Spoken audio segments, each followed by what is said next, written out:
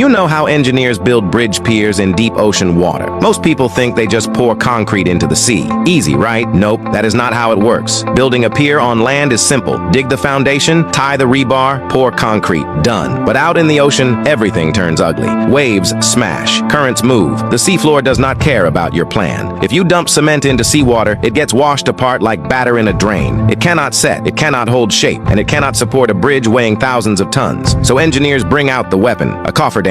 First, steel piles are driven deep into seabed rock. One by one, machines hammer them down. Then they surround the pier location, sometimes in a circle, sometimes in a square. Think of it as a giant steel fence underwater. But this fence is not keeping out deer. It is holding back the ocean. Once the wall is locked tight, it blocks seawater from rushing in. It also takes the beating from waves. Inside, engineers create a work zone. Then comes the key move. Pumps suck the water out. The underwater area turns into a dry room on the seafloor. Basically, they build a job site inside the ocean. Now workers can work like on land. They dig a pit. They remove mud, sludge, and loose rock. Then they install layers of rebar mesh. After that, they pour high-strength concrete. This is not driveway concrete. It is mixed for marine conditions. After a few days, it hardens like rock. That becomes the solid base. Once the base is strong enough, workers build the pier body upward, layer by layer, pour by pour. The pier rises to its designed height. During the process, the cofferdam acts like a shield. It keeps seawater out. It blocks waves. It gives workers space to build. When the pier is finished and strong enough to hold the bridge,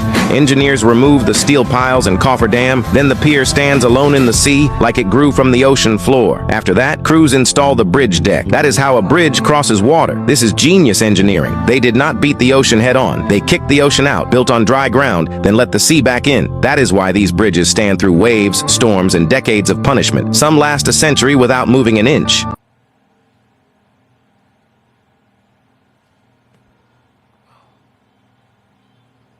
That's just crazy. Blows my mind.